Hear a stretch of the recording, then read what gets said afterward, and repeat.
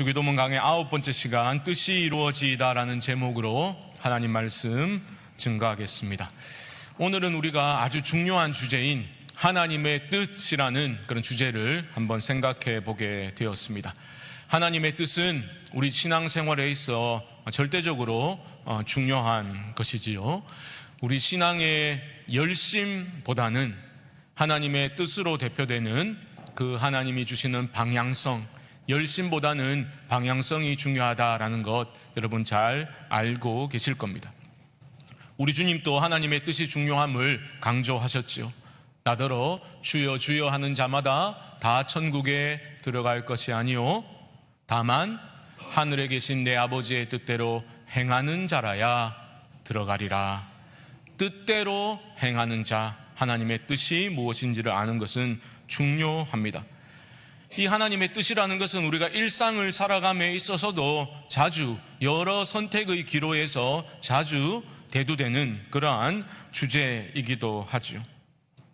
하나님, 제가 과연 이 사람과 결혼하는 것이 하나님의 뜻입니까? 이 사람이 맞습니까? 그렇게 우리는 하나님의 뜻을 구하기도 합니다. 하나님, 제가 대학원을 진학해야 됩니까? 아니면 지금 직장 취업 준비를 해야 되겠습니까? 그 사이에서 고민하며 하나님의 뜻을 구하기도 합니다.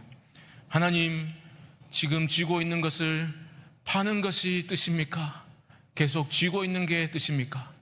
뭘 쥐고 있는지 모르겠지만 어쨌든 하나님의 뜻을 우리는 묻기도 하죠. 고난이라는 주제는 또 어떠합니까? 홀로코스트와 같은 참담한 대학살의 그러한 사건을 보면서 우리는 도대체 하나님의 뜻이 무엇입니까? 절규하며 질문하게 되지요. 개인적으로도 마찬가지입니다. 우리가 고난을 당할 때에 우리는 하나님의 뜻이 무엇인지를 원망스레 묻게 됩니다.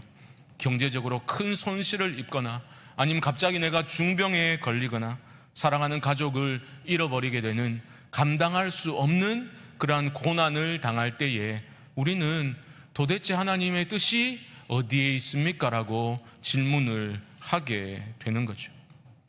여러분들은 이 하나님의 뜻이라는 중요한 주제에 대해서 어떤 이해를 가지고 계십니까? 먼저 저는 우리가 주기도문을 살펴보고 있으니 그 문맥상 뜻이 이루어지이다 라는 이 기도가 어떤 의미가 있는지를 먼저 살펴보고자 합니다. 주기도는 처음의 세 가지 청원을 가리켜 당신 청원이다라고 부른다고 했죠. 하나님과 관계된 기도를 먼저 하라 주님은 가르쳐 주셨습니다. 첫 번째, 당신 청원이 무엇이었습니까? 이름이 거룩히 여김을 받으소서. 이 기도는 하나님이 어떤 분이신지를 알면 그 하나님의 이름이 거룩히 여김 받으시는 일에 내 삶을 드리게 된다. 우리가 말씀을 통해 확인을 하였죠. 두 번째 청원 기도가 무엇이었습니까? 나라가 임하소서라는 기도였습니다. 하나님이 어떤 분이신지를 알게 되면 우리는 그 하나님의 다스림으로 상징되는 하나님의 나라가 내 삶 가운데 임하기를 갈망하고 그 기도를 하게 된다라는 거죠. 그리고 오늘 살펴볼 마지막 당신 청원의 기도가 하나님 아버지의 뜻이 이루어지이다. 이것은 너무나 자연스러운 귀결이라 하겠습니다. 왜냐하면 하나님 나라가 임하소서라고 기도하는 것은 왕 되신 하나님께서 내 삶을 그리고 모든 것들을 다스려 주시기를 바라는 기도라면, 세 번째 기도, 왕의 뜻이 그 다스리는 모든 영역에 온전히 이루어지기를 기도하는 것은 너무나 자연스러운 귀결이라 할 수 있겠습니다. 여기서 우리가 다시 한번 생각해 봐야 할 점은 이 기도가 얼마나 어렵고 위험한 기도인가라는 거죠. 두 번째 기도인 나라가 임하소서라는 기도가 왜 위험한 기도라 하였습니까? 하나님 나라가 임하소서 기도할 때 우리는 나의 나라가 무너지기를 기도하는 것이기 때문이죠. 나의 나라는 완전히 무너지고 하나님이 왕으로서 하나님의 나라가 내 삶에 온전히 임하기를 기도해야 되기 때문에 위험한 기도다라고 했습니다. 세 번째, 아버지의 뜻이 이루어지이다 역시 위험한 기도인 이유는 내 뜻이 완전히 무너져야 하기 때문입니다. 내 뜻을 완전히 내려놓을 때에 아버지의 뜻이 이루어지이다, 진심으로 우리는 기도할 수 있게 되는 것입니다. 이게 위험한 기도인 거죠. 왜요? 우리는 내 뜻이 중요하잖아요. 하나님이 응답하시더라도 내 뜻대로, 내가 원하는 그대로 하나님이 응답해 주셔야 한다라고 우리는 믿고 기도할 때가 얼마나 많습니까? 우리는 어느 정도 답정너인 거죠. 답정너는 줄임말인데 제가 찾아보니 답은 정해져 있고 너는 대답만 하면 돼. 하나님께도 우리는 이렇게 다가가죠. 하나님, 제가 원하는 건 요건데 정해져 있어요, 내 뜻은. 하나님은 거기에 딱 맞도록 응답해 주시면 됩니다. 그런 태도를 보일 때가 얼마나 많습니까? 잘못된 태도입니다. 기도의 본질, 기도의 핵심은 무엇인가? 내 뜻과 내 소원 성취가 기도의 핵심이 아니라 하나님의 뜻이 내 삶 가운데 이루어지는 것, 그것이 기도의 핵심입니다. 영적으로 성숙하다는 것, 우리의 믿음이 깊어지고 있다는 것 어떻게 알 수 있습니까? 기도를 보면 알 수 있어요. 나의 기도가 내 뜻이 아니라 점점 더 하나님의 뜻에 합일되어져 가는 모습이 있는가, 그것을 통해서 우리는 내가 영적으로 성숙되어져 가고 있는가 판단할 수 있게 되는 거죠. 우리 주님 또한 아버지의 뜻이 이루어지다라고 열심히 몸소 기도하셨던 분이셨습니다. 평소에도 그리 기도하셨겠지만 특별히 아버지의 뜻이 이루어지기를 간절히 기도하신 장소가 어디였습니까? 겟세마네 동산에서 죽음이 임박하였을 때 주님은 제자들을 데리고 늘 하시던 것처럼 동산에 올라 기도하셨습니다. 유혹에 빠지지 않게 기도하라 말씀해 주셨지만 제자들은 피곤을 이기지 못하고 잠이 들어버렸죠.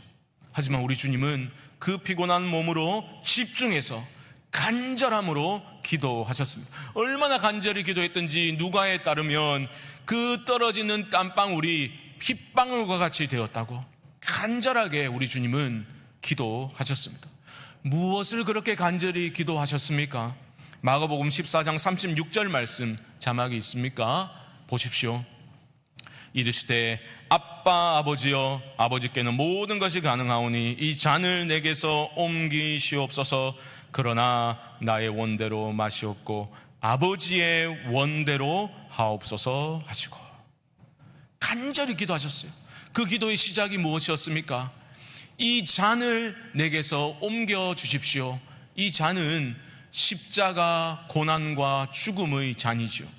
주님은 왜 이렇게 마음이 어려워져서 이렇게 힘들어 하시면서 이 기도를 하셨습니까? 아니, 많은 순교자들이 있잖아요. 의연하게 죽음을 맞이하고 순교의 길을 걸었던 우리 신앙의 선배들이 있는데 우리 주님은 왜 이렇게 두려워하셨습니까? 이것은 육체적인 고통과 그 죽음 자체에 대한 두려움이 아닙니다. 주님이 느끼셨던 두려움은 무엇 때문이냐? 영원 전부터 성부 하나님과 친밀하게 누리셨던 그 사랑의 관계, 한 번도 단절된 적이 없었던 그 사랑의 관계가 이제 단절될 것임을 미리 맛보시고서 주님은 그렇게 힘들어 하셨던 거죠. 땀방울이 핏방울이 될 정도로 그렇게 기도하셨습니다. 그 기도의 마지막이 무엇이었습니까? 이 잔을 옮겨주십시오라고 기도했지만 결국은 그러나 나의 원대로 마시고 아버지의 원대로 되기를 원합니다. 이렇게 기도가 마무리된 겁니다. 여러분, 처음의 기도와 그러나 아버지의 원대로 하옵소서, 이 사이의 공백이 어느 정도인지 우리는 알 수 없어요. 그냥 처음부터 쭉 따라서 그렇게 기도하셨을 것이다라고 믿을 이유가 없습니다. 그만큼 힘든 상황이었던 겁니다. 하지만 주님은 기도의 사투를 벌이셨고 결국은 아버지의 원대로 되기를 원하나이다, 그렇게 기도하셨고 십자가의 길을 순종으로 걸어가실 수 있으셨던 것이죠. 사랑하는 성도 여러분, 저는 우리 모두가 내 뜻의 관철을 위한 간절한 기도가 아니라 아버지의 뜻이 내 삶 가운데 이루어지기를 원하는 그러한 간절한 기도가 회복될 수 있기를 주님의 이름으로 축복합니다. 물론 우리 기도의 시작은 우리의 필요일 수 있습니다. 우리 주님도 그러하셨잖아요. 여러분들의 필요를 구하는 것은 잘못된 기도가 아닙니다. 하지만 그것이 전부일 수는 없을 겁니다. 주님을 알아가면 알아갈수록 나의 필요로부터 시작하였더라도 그 주님의 선하심을 신뢰하는 믿음으로 점점 더 아버지의 뜻이 내 삶 가운데 이루어지기를 원하는 그 기도를 우리가 할 수 있어야 되는 겁니다. 성도의 믿음이 자란 때에 어떤 고백이 일어납니까? 그렇지, 내 뜻이 아니라 내가 이걸 너무 고집했는데 알고 보니 아버지의 뜻이 내 삶 가운데 이루어지는 것이 진정한 복이로구나, 감사합니다, 이런 고백이 있어야 되는 거예요. 그래서 하나님 마음대로 하세요, 기쁨으로 이 고백을 할 수 있어야 됩니다. 마음대로 하세요 이게 아니고 마음대로 하십시오. 이 말은 자포자기적인 발언이 아니라 하나님의 선하심을 믿기 때문에 하나님 마음대로 해주십시오, 담대히 기도할 수 있는 것입니다. 여러분, 우리는 믿음이란 말을 정말 자주 사용하잖아요. 믿는다 말하죠. 믿는다. 과연 믿는 자의 삶의 모습은 어떠한 것입니까? 우리가 앞서 배웠던 이 세 가지 기도를 통해 볼 때 믿음으로 산다는 말은 이 땅에 발붙이고 살아가면서 하나님이 어떤 분이신지를 날마다 알아가고 그분의 다스리심에 내 삶을 온전히 맡겨드리면서 그분의 뜻이, 내 뜻이 아니라 그분의 뜻이 내 삶 가운데 이루어지도록 나의 자신은 내 자신을 내어드리는 것, 그것이 바로 믿음으로 살아가는 삶의 모습이다라는 것이죠. 그런데 하나님의 뜻이 이 땅에, 그리고 이 땅을 살아가는 우리의 삶에 온전히 이루어지는 것은 말처럼 쉽지 않습니다. 하늘은 전혀 문제가 없어요. 이 기도처럼 하늘에서 이루어진 것 같이 땅에서도 이루어지다 아닙니까? 하늘에서는 아무 문제가 없습니다. 왜냐하면 하나님의 뜻만이 온전히 이루어진 곳이 하늘이기 때문이죠. 그 어떤 저항도, 긴장도, 반역도, 의구심도 발견되지 않습니다. 하지만 땅은 다르지요. 하늘이 이 땅에 침투해 들어왔지만 아직은 하나님의 뜻이 온전히 이 땅 가운데 이루어지지 않았기 때문에 땅은 늘 혼돈스러운 상황이죠. 사탄은 극렬히 하나님의 뜻에 저항합니다. 온갖 괴계를 통하여서 그 뜻의 성취를 가로막고자 지금도 날뛰고 있습니다. 우리 안에도 걸림돌이 존재하고 있지요. 세상을 향한 욕심과 욕망의 굴복에서 뒤틀려진 내 뜻을 하늘 아버지의 뜻보다 우선시하고 고집부리는 그러한 모습이 우리 안에 없다 할 수 있겠습니까? 하나님의 뜻, 이런 표현을 우리는 능숙능란하게 사용하지만 사실은 그저 나 이 정도 괜찮은 신앙의 소유자야, 이거 드러내려고 종교적인 표현에 머무를 때가 얼마나 많습니까? 왜 그럴까요? 두려워서 그런 거예요. 두려워서. 왠지 하나님은 내가 세상에서 너무 잘 나가는 것도 별로 안 좋아하실 것 같고, 내가 너무 부자 되는 것도 탐탁지 않게 여기실 것 같고, 내가 너무 즐겁게 사는 것도 별로 안 좋아하실 것 같다는 이상한 피해의식을 지닌 채 우리는 늘 조마조마해야 하면서 살아가는 모습이 있지요. 우리가 하나님의 뜻 자꾸 언급하는 것도 들여다보면 내가 혹시나 입지는 않을까, 입을 수도 있겠다 싶은 그 피해를 최소화하기 위한 안전장치로 자꾸 하나님의 뜻을 언급하는 모습이 우리 안에 있는 거죠. 하나님의 뜻과 나의 뜻 사이에 있는 이런 모든 갈등과 투쟁은 결국은 우리 믿음의 문제와 직결되어져 있습니다. 늘 믿음이 문제입니다. 신명기 29장을 보면요, 하나님의 뜻과 관련해서 두 가지 종류의 뜻이 있음을 우리에게 가르쳐 주고 있는데요, 신명기 29장 29절 말씀 한번 보십시오. 함께 읽어볼까요? 시작. 감추어진 일은 우리 하나님 여호와께 속하였거니와 나타난 일은 영원히 우리와 우리 자손에게 속하였나니 이는 우리에게 이 율법의 모든 말씀을 행하게 하심이니라. 아멘. 감추어진 일, 이것은 감추어진 하나님의 뜻이라고 볼 수 있겠죠. 우리는 몰라요. 하나님만이 알고 계십니다. 내가 결국 어떤 직장에서 일하게 될지 우리는 모릅니다. 내가 누구와 결혼하게 될지 알 수 없어요. 내 노년의 삶이, 내 건강 상태가 어떻게 될지, 그리고 내가 어떤 모습으로 생을 마감할지 우리는 알 수 없습니다. 하나님만이 아십니다. 감추어진 뜻입니다. 나타난 일, 나타난 뜻은 무엇입니까?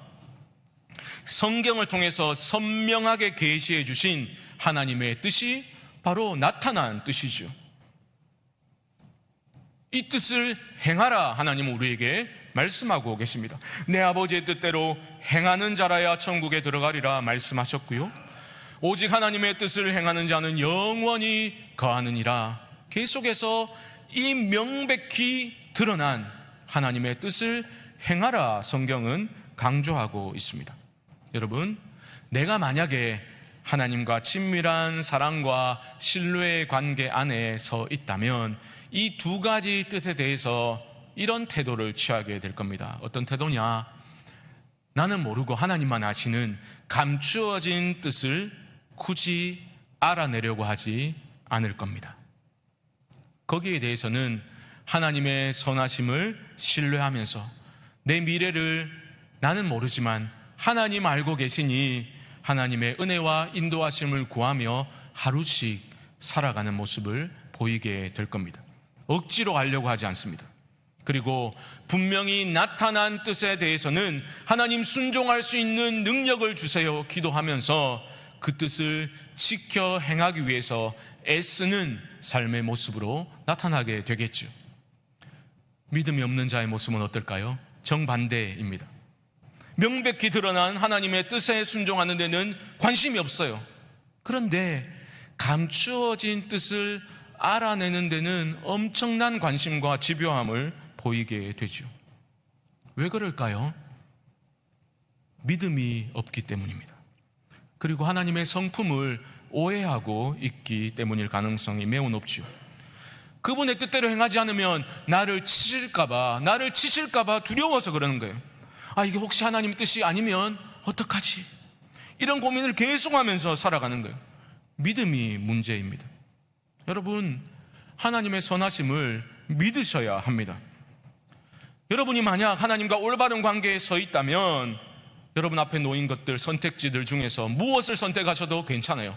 여러분들이 만약 하나님과의 바른 관계에 서 있다면 여러 선택지들 중에서 몇 가지는 기도 가운데 제거하실 수 있을 겁니다.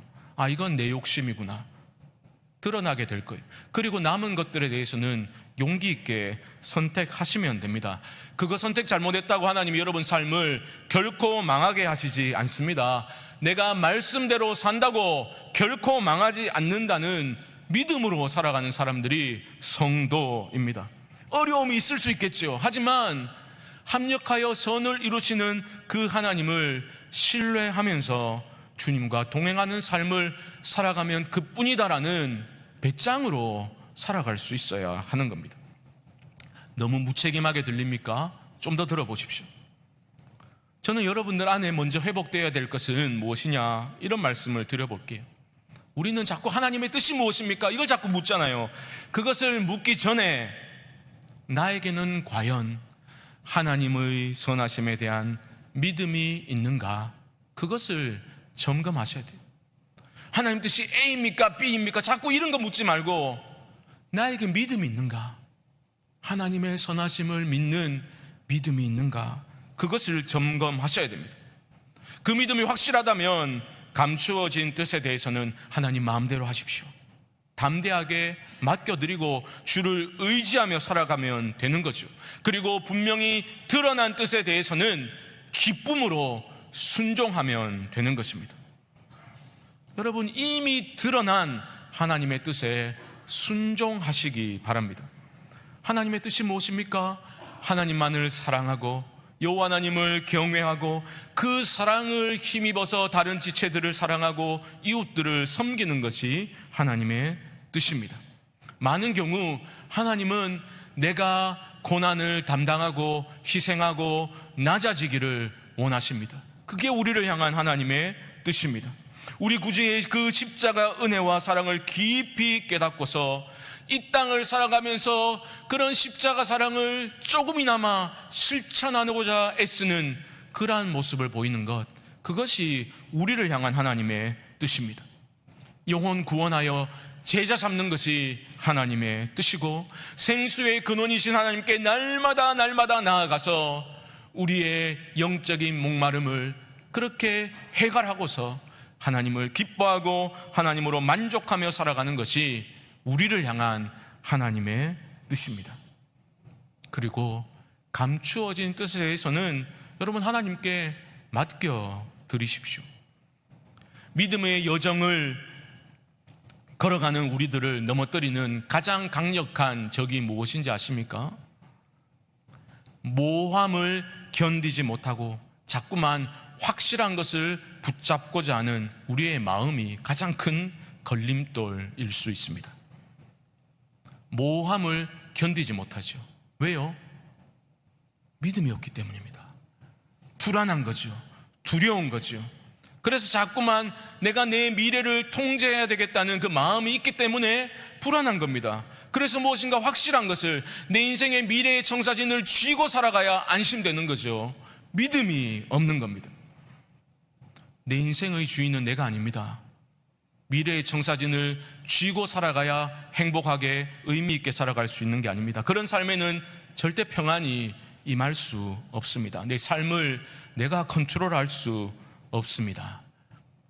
평안이 아니라 염려가 여러분들의 마음과 영혼을 좀먹어 들어가기 시작할 겁니다. 신앙이 자랄 수가 없죠. 오히려 성도라면 그러한 모함에 익숙해져야 하는 겁니다.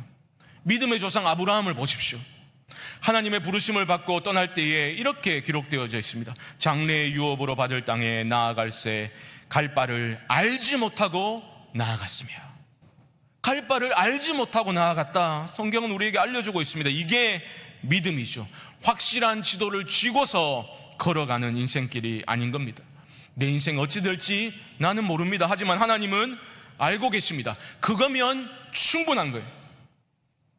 하나님은 나를 아시고 나를 위해서 당신의 전부를 쏟아 부으실 정도로 나를 그토록 사랑하시는 분이심을 내가 믿는다면 내 삶이 그 사랑의 손안에 있고 그 신실하신 사랑을 나는 신뢰하기 때문에 내 주여 뜻대로 행하시옵소서, 감사 찬송하며 주와 동행하는 삶을 살아갈 수 있게 되는 것입니다. 사랑하는 성도 여러분, 너무 두려워하지 마십시오. 믿음으로 살아가는 성도는 살든지 죽든지 뜻대로 하소서 날마다 고백하며 하루씩 은혜로만 살아가는 존재입니다. 고난이 닥쳐오겠지요. 하지만 고난은 끝이 아닙니다. 고난을 통해서 고난의 신비를 깨닫고서 하나님을 더 깊이 만난 우리 신앙의 선배들이 얼마나 많이 있습니까? 우리 모두는 훗날 천국에 이르게 될 터인데 그때 천국에서는 아무도 이런 질문 하지 않을 겁니다. 하나님, 그때 저한테 왜 그러셨어요? 왜 저한테 그렇게 힘든 일 주셨어요? 천국에서 이런 질문할 사람은 아무도 없을 겁니다. 천국에서는 그런 고통과 시련을 겪게 하신 하나님을 향한 감사와 찬양만이 있을 뿐이죠. 그런 사람들이 모인 곳이 천국이죠. 이 복되고 영광스러운 체험을 천국 가면 그러겠지, 이게 아니라 믿음으로 이 땅에서도 맛보고 누리며 살아가실 수 있기를 주님의 이름으로 축복합니다. 오늘 말씀을 준비하면서 고 이민아 목사님의 마지막 책이 생각이 났더랬습니다. 이민아 목사님은 작년에 소천하신 고 이어령 선생님의 딸로 더 잘 알려져 있는 그러한 분이죠.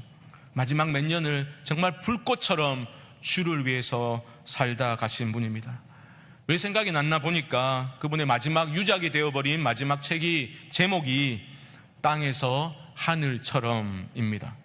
2012년 53세 일기로 천국 가실 때까지 정말 믿음의 삶을 살았습니다. 여러분, 이 책을 한번 기회 되시면 읽어보시면 많은 도전이 되실 것 같아요. 저는 읽으면서 정말 충격을 많이 받았거든요. 와, 도대체 한 사람의 인생에 고난과 시련이 이렇게 연속적으로 임할 수 있나? 이토록 힘든 일들이 한 사람의 인생에 이렇게까지 일어날 수 있단 말인가? 전 정말 충격을 받았던 기억이 납니다.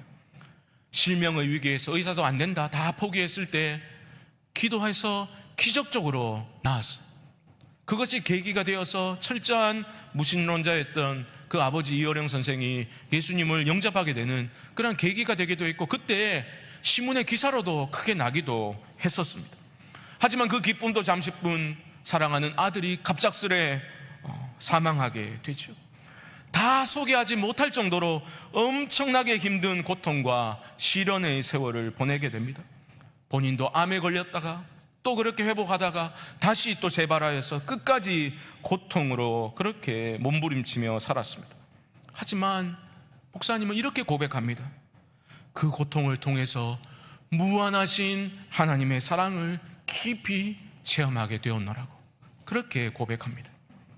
그리고 자신이 땅끝의 아이였음을 깨닫게 되고 그 하나님의 사랑을 경험하고서 그 고난의 시간을 통과하면서 오히려 그 모든 마음의 상처들이 치유를 받게 되고 자신처럼 땅끝에서 두려워하고 있던 청소년들에게 하나님의 생명의 복음과 그 사랑을 전하기 위해서 끝까지 말씀으로 사역했던 그러한 삶을 사셨습니다.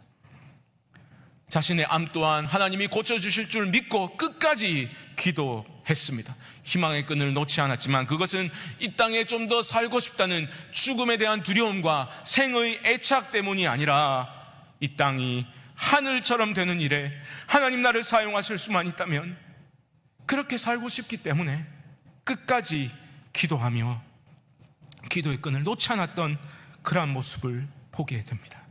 사랑하는 성도 여러분, 우리가 이 땅에 살아 숨쉬는 이유가 무엇입니까? 우리가 여기 없지 않고 있다는 것이 왜 그렇습니까? 이 땅을 살면서도 하늘을 살아내라는 하나님의 소명과 사명 때문에 우리가 여기 있는 거예요.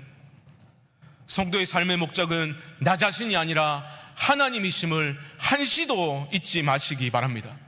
하루를 살더라도 하늘을 살아내는 그러한 믿음의 삶을 추구하는 우리 모두가 되기를 하나님은 원하고 계십니다. 우리의 그 간절한 모든 기도가 내 뜻과 내 소원 성취를 위한 간절함이 아니라 하늘 아버지의 뜻이 이루어지기를 소망하는 그러한 간절한 기도가 되기를 주님의 이름으로 축복합니다. 아버지의 뜻이 내 뜻이 아니라 아버지의 뜻이 이루어지이다.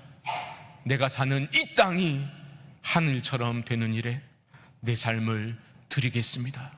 결단의 기도를 올려드릴 수 있는 복된 성광의 성도님들 되시기를 주님의 이름으로 간절히 축원드립니다.